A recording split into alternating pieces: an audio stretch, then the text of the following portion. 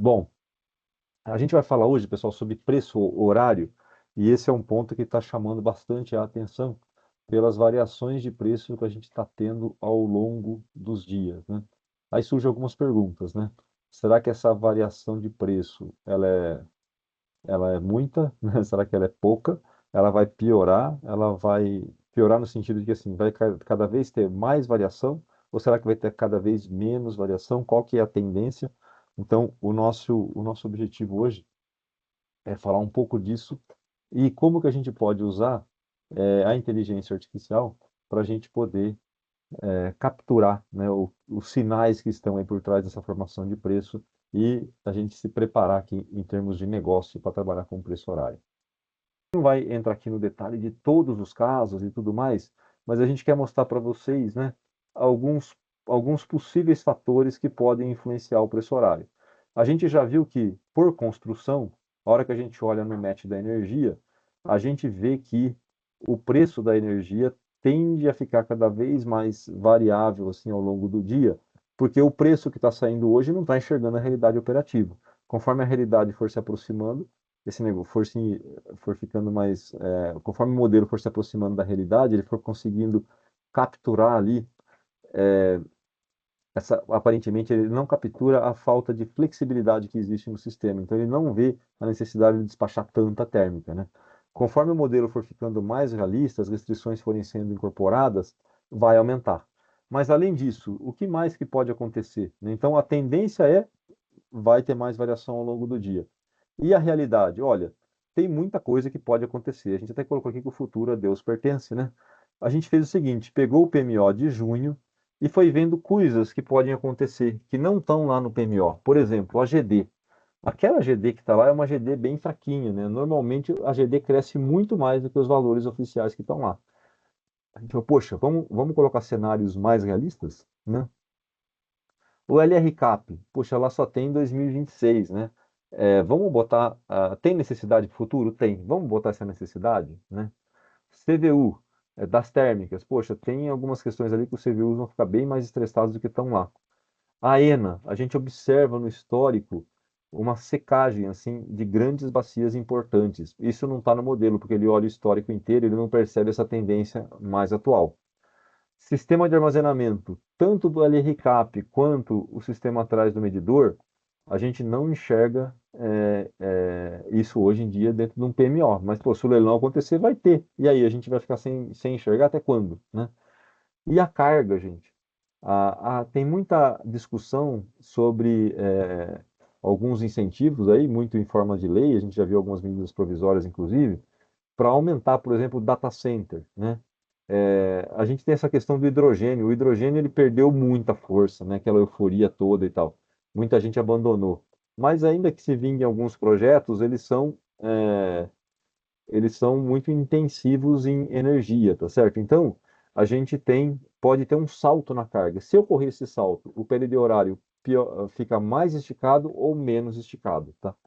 Então, a ideia foi, olha, a gente olhou para o passado, aplicou um algoritmo que aprendeu como que o preço horário se comporta, e a gente está mudando os cenários futuros dos dados de entrada para ver o que que a gente consegue enxergar. Então, gente, aí vem uma pergunta para vocês, né? Quais são os dois itens, vocês podem votar duas vezes nessa pergunta, tá?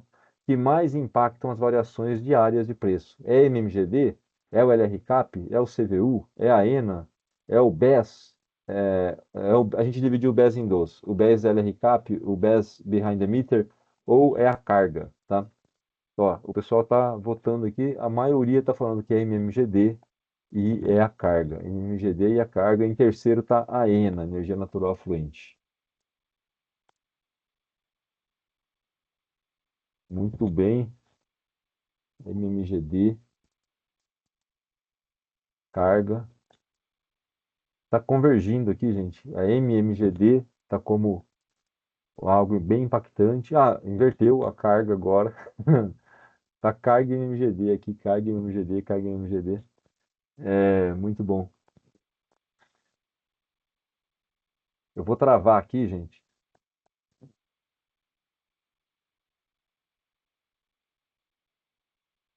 Então a gente tem aqui a carga e a MMGD, como vocês colocando, que são os mais impactantes, tá certo? O que que a gente fez como estudo? A gente não vai passar por todos, é muito extenso e tudo, né? Mas é, a gente tem todas as combinações aqui, tá certo? De, desses casos. Então a gente tem, ali são vários cenários, a gente tem aqui 14, tá? Para cada um desses cenários, a gente vai combinando esses efeitos, porque pode ser que um ocorra, o outro não ocorra, ocorra dois, ocorra três, tá certo? Então a gente foi combinando tudo isso, cada cenário aqui está falando, por exemplo, olha, nesse cenário eu peguei o PMO de junho e acabou no cenário base, né? Aí no cenário um falei, não, eu peguei o PMO de junho, mas eu critiquei as vazões. Ah, não, eu peguei o PMO de junho e eu critiquei a MMGD. Não, eu peguei e critiquei peronomútil. Eu peguei o cenário de junho e eu fui lá e mexi só no LRCAP. Então a gente foi mexendo um por um, 2 a 2, 3 a 3, foi fazendo as combinações e gerou uma árvore de cenários enorme. A gente consegue ir vendo o que acontece com as variações de preço. Bom, aqui, ó, só para a gente ter uma olhada, né, na MMGD, a gente tem uma visão que a evolução da MMGD vai ser bem mais intensa do que aquela que está no PMO, tá certo? Então, por conta disso, né, a gente tem um cenário aqui que a gente pegou mais o crescimento recente, né? Então, a gente consegue ver uma MMGD ali é, mais puxada, tá? Do que está esperando lá. A gente conseguiu ver também, né,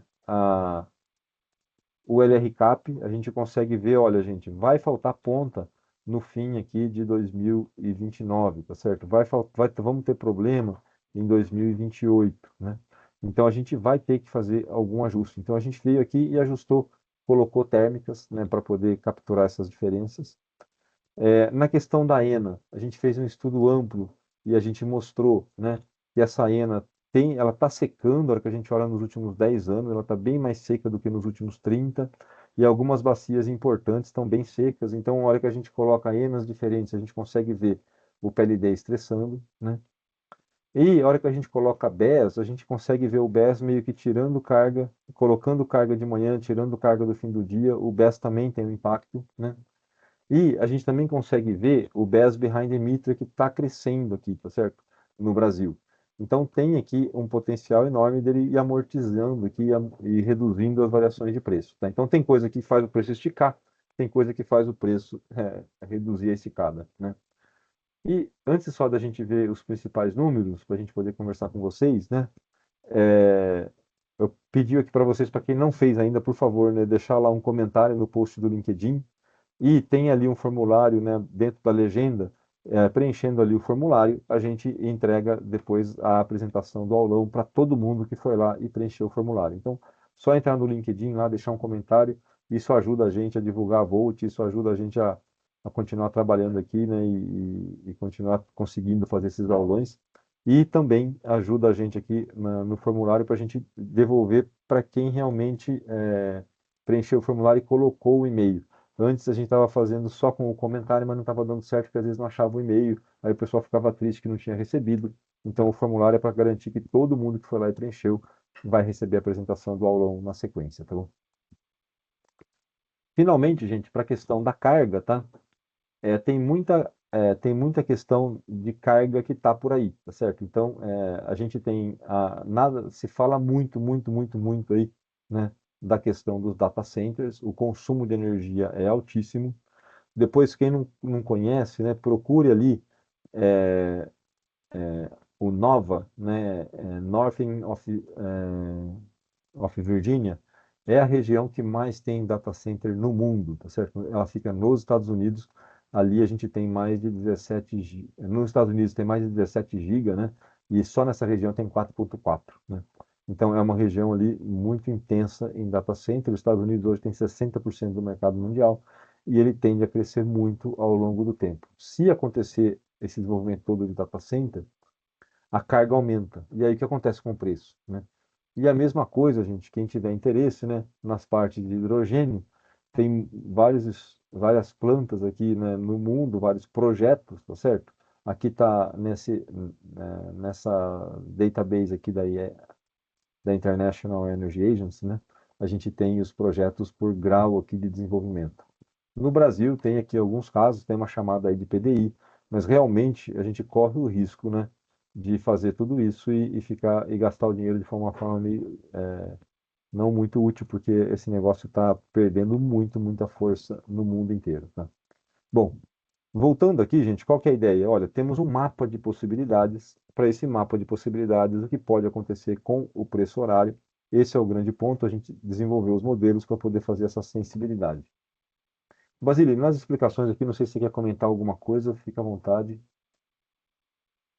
Não, não, acho que você já falou tudo. Claro que, obviamente, isso é uma pequena fração, né, de tudo que é considerado nos modelos internos aqui da Volt, né? É, mas meus próximos comentários têm mais a ver também com a resposta àquela pergunta do que mais influencia na modulação do preço. Então eu vou parar Ó, por aqui, senão eu dou spoiler. beleza.